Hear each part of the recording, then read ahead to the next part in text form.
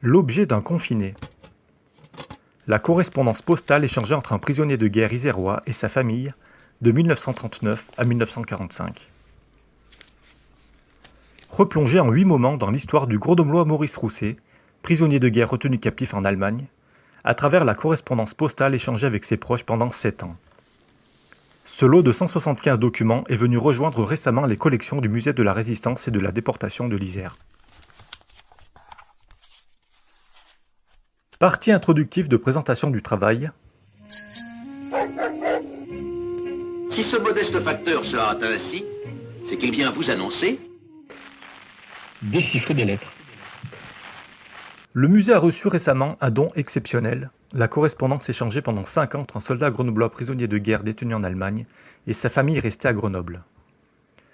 C'est pourquoi, alors que nous-mêmes avons appris à vivre au rythme des confinements, nous vous proposons de vous faire vivre de l'intérieur l'histoire de cet autre confiné, un confiné de guerre.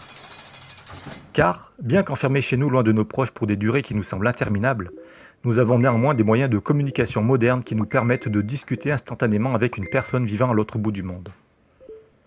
Cette correspondance permet ainsi, entre autres, de nous plonger dans une période de guerre, à une époque où un courrier, seul lien entre un prisonnier et sa famille, pouvait parvenir à son destinataire 3 mois après son expédition, quand il voulait bien arriver.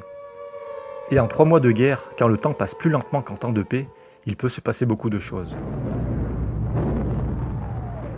La correspondance reçue par le musée est constituée de 175 courriers ou documents échangés entre le 12 octobre 1939 et le 11 octobre 1945 entre Maurice Rousset, un jeune grenoblois âgé de 20 ans lorsque la guerre commence, et ses proches vivant à Grenoble.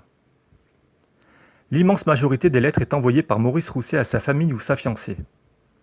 Seules 31 figurant dans la correspondance sont des lettres à avoir fait le trajet inverse, toutes entre le 12 mai 1942 et le 14 juillet 1943. Nous ne savons pas comment elles ont été récupérées par la famille, mais sans doute Maurice les leur avait-il envoyées après avoir perdu, suite à une tentative d'évasion, les lettres précédemment reçues. Cette correspondance est donc incomplète, d'autant que des courriers se sont perdus ou ne sont jamais arrivés à destination à l'époque. Enfin, elle contient 6 autres lettres reçues par Maurice Rousset en 1945, de la part d'anciens camarades de détention ou de personnes que nous n'avons pu identifier précisément. Nous avons pris des armes contre l'agression. Son récit commence en 1939, alors qu'il est mobilisé quelque part dans le nord de la France, et se termine brutalement le 28 juin 1944, alors qu'il est toujours prisonnier en Allemagne. Il permet de vivre de l'intérieur le quotidien du soldat devenu prisonnier en 1940, ses conditions de détention, mais aussi et surtout il permet de ressentir ses humeurs, ses espérances ou sa détresse. À travers les lettres transpirent aussi les craintes et inquiétudes de ses parents, frères et fiancés restés à Grenoble, jusqu'au moment où c'est Momo, pour sa famille et les intimes, qui s'inquiétera plus pour les siens vivant en Isère que pour lui-même dans cette Allemagne pourtant quotidiennement bombardée. En menant ce travail, nous avons véritablement pénétré l'intimité de Maurice. Nous le nommerons souvent ici juste par son prénom, vous nous excuserez cette familiarité. Il nous a parfois fallu lire entre les lignes afin de comprendre les messages codés ou les allusions faites aux informations des courriers non présents dans la correspondance. Nous avons dû parfois déchiffrer les lignes de texte abîmées par le temps ou sortir la loupe pour lire les mots qui avaient été écrits de plus en plus petits afin d'utiliser chaque espace disponible si précieux des feuilles.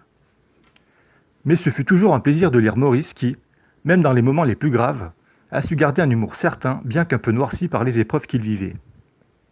En refermant chaque lettre, nous languissions d'ouvrir la suivante pour découvrir la suite de son histoire avec ses joies, et plus souvent ses peines.